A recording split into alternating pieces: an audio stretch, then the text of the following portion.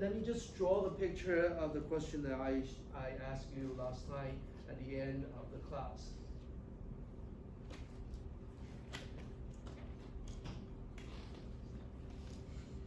A tank like this, and this is where the water is. We have three objects.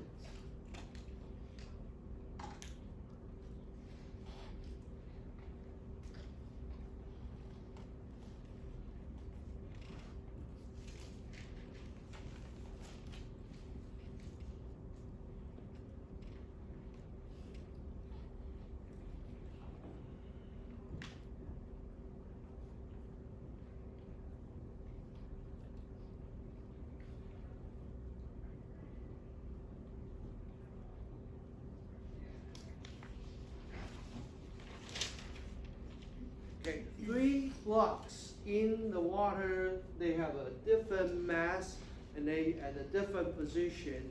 This one sinks down to the bottom, this one is floating, this one is also floating, but this one is 50 kilograms, this one is the 40 kilograms.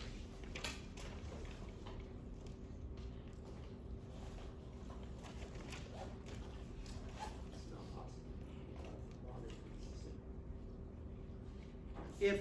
If these three things happen to have the same body, okay, now what is the buoyant force on each one of the block? Would they be the same or would that be the different?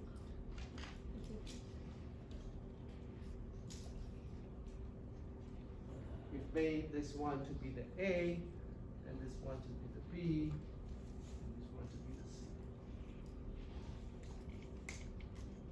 If we just compare these two, okay, if we just compare these two,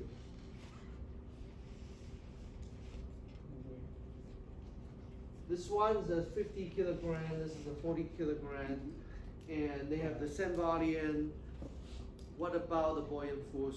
But the 40 kilograms has more buoyant force, correct? The 40 kilogram has more what?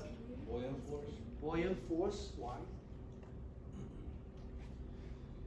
Because the weight is less and it compensates it with the buoyant force of the water. The weight is less.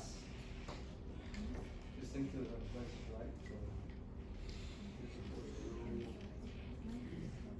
How can you determine things will flow or sink? Density. Density, okay. What about the force that we just talked about? You have some answer? Well, it's like the soda can that we did last week. Yes. It's like what? The soda Soda can. can. The The soda soda can. can. You know, when the soda was more sugar or think and the sugar with less and the diet soda mostly floats. Okay, but we are looking at two things, they all in the water. A has a higher buoyant force because the buoyant force is equal to the weight of the floating object. So would A have a higher buoyant force? Mm-hmm. So A is greater than B because it has a more weight because it's equal, right?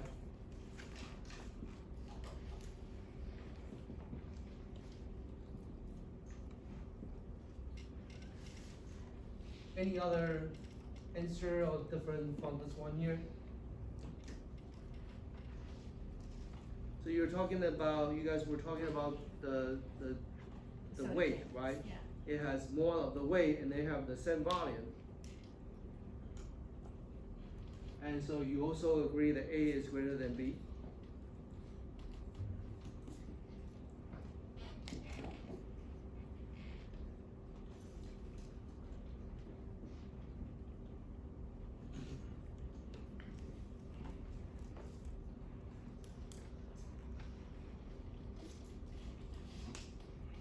Okay, any other answer or any other things that you want to comment to this, the result of these two? Like comparison of these two. I don't think it's right, but I feel like if I put, say, something in the tub and they all have the same volume, regardless of where they are in the water, Mhm. they're still displacing the same amount of water. Mhm. So then that makes me think that they're all the same. Okay, so what you're saying is they should be the same because they displace the same amount of water, because Right. they have the same volume. Yes.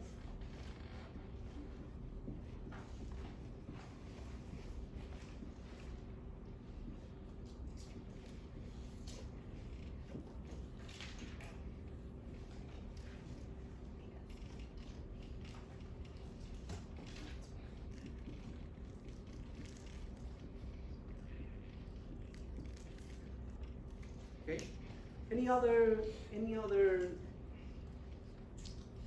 like, opinion or comments about this, or any other thinking that you have? Okay, so, well, we have like two different scenarios over here. So one group of people think that A has a higher buoyancy force than the B, and the other is that could that be the equal? It's not going to be the other way around. So if we think about this problem, and if you look at Archimedes' principle, which is actually the guideline to help you to understand how much of the buoyant force is, because it's harder to measure the buoyant force. You can weigh things on the scale, you can get the weight of the object, right? So you can get the number right away. To figure out the buoyant force, the best way is actually you put the object in the water and then see how much water actually overflow from the tank if the tank is full. And so if they have the same volume, if we base on the Archimedes principle, they should have the same buoyant force. Okay, they should have the same buoyant force. But what happens if one is more weight and one is less weight?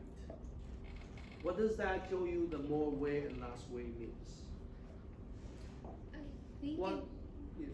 I think it means that maybe like those that have like the same weight, like 50 kilograms and the 50, have like the same buoyant force, but maybe 40 does not. Although yes, they have volume, but weight is also a factor when displacing the liquid. Yeah. So I think your reasoning is okay. It's correct. Like this one, if we draw the force of the wave, the direction of the wave is going downwards, right? So this one has a wave going downwards. This one also has a wave going downwards, but it's less than this one here. You make it more exact. So this is a 50 kilogram of a weight, this is a 40 kilogram of a weight. Which tells you the buoyant force is going to be the same for both cases.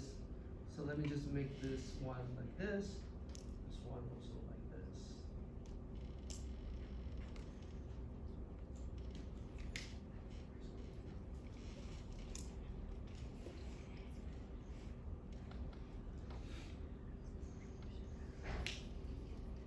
Okay, so this one here and this one here, they are the same because they have the same volume based on Archimedes theory. This one has a more weight, it should have a more of the downward force. This one has the less of the weight, will have the less of the downward force.